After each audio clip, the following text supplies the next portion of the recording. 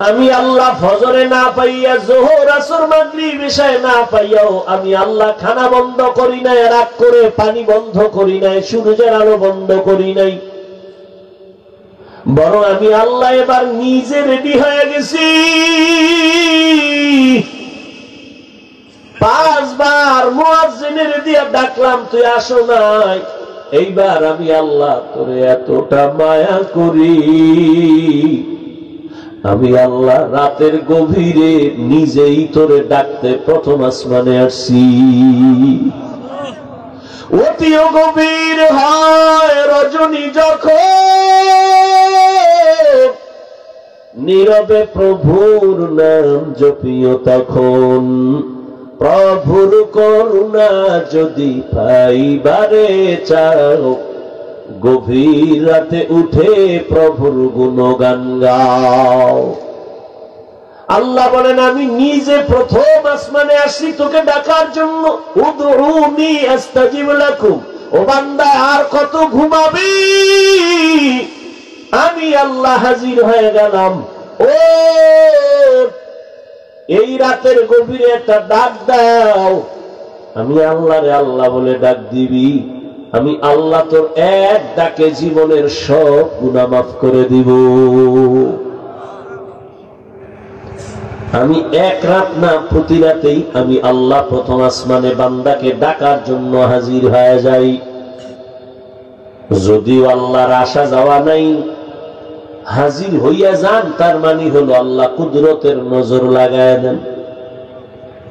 এই দুনিয়ায় সফল হওয়ার পেছনে আমার আল্লাহর কাছে ভোর রাতে কান্না ছাড়া কেউ সফল হতে পারে নাই। পৃথিবীর নাম করা আল্লাহর দুশমন ফেরাউন রাতের গভীরে ঘুম থেকে উঠে আল্লাহর কাছে কান্নাকাটি করে বলতো, আল্লাহ আমি দুনিয়া চাই, আখিরাত চাই না, আমারে দুনিয়া দাও। আল্লাহ দিয়ে দিস। মান কানা ইউরিদুল আজিলাতা আজ্জালনা লাহু ফিহা মা নাশাউ লিমান নুরিদ সুম্মা জাআলনা লাহু জাহান্নাম ইয়াসলাহা মাযমুমান মাদহুরা। যে দুনিয়া চায় আমি আল্লাহ তাকে দ্রুত দুনিয়া দিয়ে দেই, পরিণাম ফলে তার জন্য জাহান্নাম। ও আমার যুবক, তোমরা যারা দুনিয়া দুনিয়া দুনিয়া দুনিয়া দুনিয়া কইরা আখিরাতের পিছনে ফেলছো, বলো তোমরা কত উপরে উঠছো আর আমরা কত নিচে নামছি। আল্লাহর হাজার শুকর বুঝাবার জন্য বলি, কোন হিংসা না, অহংকারী না। আল্লাহর দ্বীনের পথে যারাই চলে, তাকাইয়া দেখো অমুকে কান্না করে সব হারাইয়া, আবার কাঁদে কেউ না পাইয়া। কিন্তু যারা নবীর আদর্শ নিয়ে চলে, এদের কোনো পেরেশানি নাই। হুজুর তো আছেই, হুজুরের লাইনে যারা নবীর আদর্শ নিয়ে চলে, জেনারেল ওয়ালারা, তারাও সম্মানে আছে এখনো। নবীজির চ্যালেঞ্জ দেওয়া সেই ১৫০০ বছর আগে, যারা আমার কোরআন আর সুন্নতের আঁকড়ায় ধরবে, তাদের ঈমানও যাবে না, সম্মানও যাবে না। ও আল্লাহর বান্দারা, আমার আল্লাহ ডাকতেছেন প্রতি রাতের গভীরে, বান্দা উঠো। তুমি ডাকে সাড়া দাও না। আল্লাহ বেজার হয় নাই রে বাবা। আল্লাহ রাগ কইরা যদি পানি বন্ধ করে দিতেন, তোমার আমার করার কিছু ছিল না। খানা বন্ধ করে দিলে করার কিছুই ছিল না। ও আল্লাহ পাকের আশিক নবীর উম্মতেরা, আজকে তুমিও মুসলমান, আমিও মুসলমান। তোমার আল্লাহ আমার আল্লাহ দুই না এক? এই জোরে কন। ও যুবক বাবারা, ও বৃদ্ধ বাবাজিরা, বলেন আপনাদের নবী আমার নবী এক না দুই? আপনার আমার আল্লাহ এক, নবী এক, কোরআনও এক, কাবা এক, ধর্ম কালেমা এক, সব এক। দুনিয়াতে আসি সিস্টেম এক, বিদায় বেলা কাফন হবে 3টা কালারও নাকি হুজুর গো কাফনের কালার আলাদা? কে কে বড় কে ছোট, কে ধনী কে গরিব, কে আলেম কে মূর্খ, সব সাদা কাফনে একাকার হয়ে যাবে। কাফনও এক, কালারও এক, কবরের সাইজও এক। কবরে রাখার পরে প্রশ্ন তিনটা করা হবে, তাও এক। রবের পরিচয় দাও, ধর্মের পরিচয় দাও, রাহমাতুল লিল আলামিনের পরিচয় দাও। এত বয়ান, এত বয়ান, দাওয়াত ও তাবলীগের বয়ান, পীর মাশায়েখের বয়ান, উলামায়ে কেরামের বয়ান, এরপরে আপনারা কেন টুপি পরতে চান না আর আমি কেন টুপি ছাড়তে চাই না? আপনি দাড়ি রাখতে চান না, আমি দাড়ি কাটতে চাই না। আপনি নামাজ পড়তে চান না, আমি নামাজ ছাড়তে চাই না। কারণ কি? অথচ আপনিও মুসলমান, আমিও মুসলমান। আপনার আমার আল্লাহ এক, নবী এক, কোরআন এক, কাবা এক, ধর্ম এক, কালেমা এক, কবর এক, প্রশ্ন এক, কাফন এক, কালার এক। বুঝলাম না এত বয়ানের পরে কেন আপনারা নামাজ পড়তে চান না আর আমরা নামাজ ছাড়তে চাই না? কারণ কি? আপনারা কি সঠিক লাইনে আছেন, আমরা কি ভুলে আছি তাও বুঝি না। এই নিয়েও একটা চিন্তায় পড়ে গেলাম, না হয় এত বুঝানোর পরেও কেন নামাজ পড়বেন না? আপনার মতো যুবক, আমি যে আপনাদের এতক্ষণ বয়ান করতেছি, একবারও কিন্তু আমি বলি নাই আমি টুপিওয়ালা, আপনারাও সবাই পাঁচকল্লি মানে মাথায় দেন, না হয় আপনি ধ্বংস হবেন। বলছি আমি কওমি মাদ্রাসার সন্তান, আপনারাও কওমিতে সন্তানকে দেন, না হয় ধ্বংস। একবারও বলি নাই। আমি তাবলীগের লাইনের সন্তান, আমি পীরের মুরিদ, আপনাকে বলি নাই যে তাবলীগে না গেলে, পীরের কাছে না গেলে জাহান্নামে যাবেন। বরং আমি আপনাকে বলি, ও যুবক বাবা, ভালো করে বুঝো, বৃদ্ধ বাবাজিরাও বুঝেন, মা বোনেরাও খেয়াল করেন। আপনি হুজুর হইয়া তসবি টানেন, স্কুল ছেড়ে দেন, আমি একবারও বলি না। বরং আমি আপনাকে বলবো, স্কুলে যারা পড়ো যুবক, স্কুলে পড়ো, ধন্যবাদ, সারিও না। কলেজে পড়ো, সারিও না। চাকরি করো, ব্যবসা করো, বাধা নাই। তবে আমার ছোট্ট একটা দাবি, তুমি ডাক্তার হও, ইঞ্জিনিয়ার হও, প্রফেসর হও, ব্যবসায়ী হও, চাকুরিজীবী হও, বেয়াদব হইও না। তোমার ব্যবহারে কোনোদিন মা বাবা যেন কষ্ট না পায়, তোমার ব্যবহারে কখনো যেন মা বাবা কষ্ট না পায়, শিক্ষক কষ্ট না পায়, আলেম ওলামারা কষ্ট না পায়। তুমি ডাক্তার হইও, আদবওয়ালা ডাক্তার, আদবওয়ালা ইঞ্জিনিয়ার, আদবওয়ালা প্রফেসর হইও, আদর্শবান ব্যবসায়ী হও, আদর্শবান ইঞ্জিনিয়ার হও, আদর্শবান চাকরিজীবী হও। বেয়াদবি কইরা যদি ডাক্তার হও, তাসলিমার মতো জুতা খাইয়া পালানো লাগবে। এইবার আসো বাস্তবে, সত্য কথাটা স্বীকার করিও যুবক। তোমার মতো যুবক স্কুলে পড়ে, কলেজে পড়ে, 5 বেলার নামাজ পড়ে, সত্য কথা বলো, আসেনি? আর বয়ানের কি দরকার? এই কথাটাই তোমার জীবনের শেষ বয়ান। তোমার মতো যুবক যদি স্কুলে পড়ে, কলেজে পড়ে, নামাজ পড়ে, বলো বাবা, তোমার বিবেক আছে, জিজ্ঞাসা করো তুমি কেন পারো না?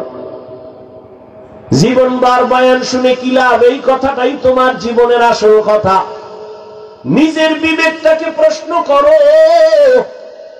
তোমার মতো যুবক র্যাব, আর্মি, পুলিশ, বিডিআর এর চাকরি করে, ওসি, ডিসি, এসপি, উকিল, ব্যারিস্টার, ডাক্তার, প্রফেসর, ইঞ্জিনিয়ার, 5 ওয়াক্ত নামাজ পড়ে, চাকরি করে, ব্যবসা করে, হারাম খায় না? নাই। তুমি কেন পারবা না? ও আমার কলিজার যুবক, তোমার মতো যুবক রাস্তায় গাড়ি চালায়, নামাজ ছাড়ে না, বলো তুমি কেন পারো না?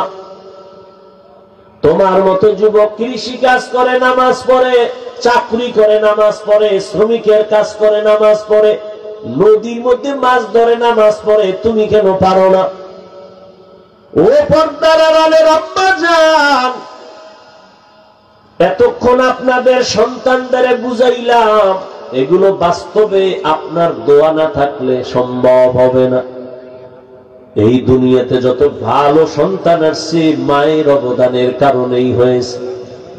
চাই সেটা দুনিয়ার লাইনে ভালো হোক, আখিরাতের লাইনে ভালো হোক, মায়ের কারণে। এরে আম্মা জানেরা, আপনার মতো কত মা এখনো পাবেন এই এলাকায়, ঘুরলে দেখবেন কত মা নামাজ ছাড়ে না, বেপরদায় চলে না, মোবাইলে চরিত্র নষ্ট করে না, স্বামীর মাল খেয়ানত করে না, সন্তানটাকে বেলাইনে চালায় না। এরে আম্মা জান, আপনারা কেন পারবেন না? কয়দিন আর দুনিয়ায় থাকবেন? আপনাদের এত মান, এত মর্যাদা, আপনারা নবীদের মা, সাহাবায়ে কেরামদের মায়ের মতো মা। আপনারা তো খাদিজা রাদিয়াল্লাহু আনহার মতো নারী, ফাতেমা রাদিয়াল্লাহু আনহার মতো নারী, আয়েশা রাদিয়াল্লাহু তাআলা আনহার মতো নারী। এরে আম্মা জান, মনটা কি চায় না একটা আদর্শ সন্তানের মা হয়ে মরবেন? আপনার সন্তান ডাক্তার হইয়াও তেলাওয়াত করে মা বাবার জন্য দোয়া করবে, ব্যবসায়ী হবে, আদবওয়ালা আদর্শবান চাকরিজীবী হবে, ডাক্তার প্রফেসর ইঞ্জিনিয়ার হবে, আপনার জীবনটা ধন্য হবে। এরে আম্মা জান, এই দুনিয়ায় যেই ফেরাউনের নাম বললাম একটু আগে, তার স্ত্রীর নাম কি? আসিয়া। এত বড় বেঈমান ফেরাউনের ঘরে থাকিয়াও আসিয়া আমার আল্লাহকে নিয়েই তো কবরে গেল। রহমতের নবী বলেন, কিয়ামতের দিন আসিয়ার সাথে আমি মুহাম্মদের সাথে বিবাহ হবে জান্নাতে। এরে আম্মা জান, আপনার স্বামী তো ফেরাউনের মতো খারাপ না। আপনি যদি নামাজ পড়ে দোয়া করতেন, স্বামী কত কষ্ট করে কামাই রুজি করে, নিজের জন্য করে না, সব আপনাদের জন্য, পরিবারের শান্তির জন্য, সন্তানের জন্য দোয়া করতেন, নামাজের দাওয়াত দিতেন, আর বলতেন স্বামী হারাম টাকা ঘরে আনবা না, হারাম নিজেরাও খাবো না, সন্তানদের খাওয়াইয়া রক্ত না পাক করবো না। যদি বুঝাইতেন স্বামী হারাম মাল ঘরে নিত না, ঘরটা বেহেশতের বাগান হয়ে যাইত। এখনো সময় আছে তওবা করার। এরে আম্মা জান, আল্লাহ সন্তান দান করেছেন, আল্লাহর মোহাব্বত নিয়া ডাক্তার বানাবেন, তবে আদবওয়ালা মা বাবার দোয়া নিয়া, শিক্ষকের দোয়া নিয়া, উলামায়ে কেরামের দোয়া নিয়া চলবে, কারো সাথে বেয়াদবি করবে না, জীবনটা সফল হয়ে যাবে। ও আল্লাহর বান্দারা, দুনিয়াতে আমরা তো মানুষের কাতারেই নাই। আল্লাহর নবী বলেন, কবরে যাওয়ার পরে কে ধনী, কে গরিব, কে আলেম, কে মূর্খ কোনো পরিচয় হবে না। সবার বেলায় তিনটা প্রশ্ন করা হবে, রবের পরিচয় দাও, ধর্মের পরিচয় দাও, রাহমাতুল লিল আলামিনের পরিচয় দাও। এই প্রশ্নের জবাব যে দিতে পারবে তার কবর হবে জান্নাতের টুকরা, যারা দিতে পারবে না তাদের কবর হবে জাহান্নামের আগুন। ও আমার মা বোনেরা, ও বৃদ্ধ বাবাজি, যুবক, দুনিয়াতে একটা মশার কামড় সইতে পারি না, বেতের বাড়ি সইতে পারি না, সূর্যের গরম সইতে পারি না, বেশি ঠান্ডাও সইতে পারি না। গুনাহগারের জন্য কত ভয়ঙ্কর হবে কবর আর হাসর। সাহাবায়ে কেরাম জান্নাতের টিকিট হাতে পাইয়া এরপরও জীবন ভর কান্না করেছেন। রহমতের নবী বলেন, আমি রাতের বেলা মসজিদে নববীর পাশেই তো আয়েশার হুজরা, আমি রাতের বেলা ঘুমাইছি, আমি ঘুমাইলে চোখ বন্ধ থাকে, অন্তর আমার ঘুমায় না। হঠাৎ রাতের গভীরে শুনি কান্নার আওয়াজ।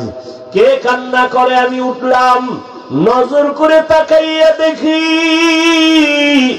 রাতের গভীরে মসজিদে দাঁড়াইয়া নামাজের মধ্যে কান্না করে জান্নাতের 1 নাম্বার সাহাবী আবু বকর। আমি রহমতের নবী জিজ্ঞাসা করলাম, ও আবু বকর, নামাজে দাঁড়াইয়া রাতে আপনি কাঁদেন কেন? আবু বকর বলে, আল্লাহর আযাবের ভয়। নবী বললেন, ও আবু বকর, আপনারা তো জান্নাতের টিকিট পেয়ে গেছেন, আবার কিসের ভয়? আবু বকর সিদ্দিক রাদিয়াল্লাহু আনহু কাঁদেন আর বলেন, ইয়া রাসূলুল্লাহ, আপনিই তো বয়ান করছেন কিয়ামতের দিন হবে বড় কঠিন, হাসরের ময়দান কঠিন, যেদিন নারী আর পুরুষেরা সবাই উলঙ্গ দাঁড়াবে, সূর্যটা নিচে আসবে, সূর্যের গরমে বেনামাজি সব মানুষের মাথার মগজগুলো ভাতের বারের মতো ফুটবে, জাহান্নামের আগুনের গরমে চামড়াগুলো খসে খসে পড়ে যাবে। আবু বকর বলেন, ইয়া রাসূলুল্লাহ, আপনি বয়ান করেছেন সেই দিন নবীরাও পর্যন্ত কান্না করে বেকারার হয়ে যাবে। ওই দিন আমি আবু বকরের কি উপায় হবে? আল্লাহ যদি ডাক দেয়, আবু বকর, আমার দেওয়া নিয়ামত খাইয়া কি শুকর আদায় করছো? আমি যদি বলি নামাজ পড়লাম, দান সদকা তেলাওয়াত করলাম, আল্লাহ যদি বলেন এগুলো আমার পছন্দ হয় নাই, তো আমার হাতে হ্যান্ডকাপ লেগে যাবে জাহান্নামে। ও এলাকার মা বোনেরা, বৃদ্ধ বাবাজিরা, যুবক বাবারা, জান্নাতের টিকিট হাতে পাওয়ার পরেও যদি আবু বকরের মতো সাহাবী কান্না করেন রাতে গভীরে, আপনার আমার গুনার কারণে তো জীবনভর কান্না করা উচিত, কিন্তু এমন কপাল যে মোনাজাতেও 2 ফোঁটা চোখের পানি আসে না, কান্নার চিন্তাও করি না, কেউ কাঁদলেও তাও ভালো চোখে দেখি না। কপাল কেন এত খারাপ? এখনো সময় আছে, মনটাকে বুঝাও। ও যুবক, মনেরে বুঝাইয়া আমার আল্লাহকে মনে মনে বলো, হে আল্লাহ, জীবনে তো কম নামাজ সারি নাই, বেপরদায় চলি নাই, দাড়ি কম কাটি নাই, হারাম কম খাই নাই, আর কত মরে গেলে তো যাব, তওবা করতেছি, আর গুনাহ করব না, মা বাবার সাথে বেয়াদবি করব না, উলামায়ে কেরামের পরামর্শ নিয়া নবীজির তরিকা মেনে চলবো, শিক্ষকের দোয়া নিয়ে চলবো, মা বাবার সাথে আর বেয়াদবি করব না। তওবা করার মতো যদি অন্তর তৈরি হয়, মুনাফিকি না থাকে, আল্লাহর আযাবের ভয়ে তওবার নিয়ত অন্তরে থাকলে 2টো হাত আল্লাহকে দেখাইয়া দাও। আয় আল্লাহ, হাতগুলো কবুল করে নেন। আয় আল্লাহ, তওবা কবুল করে নেন।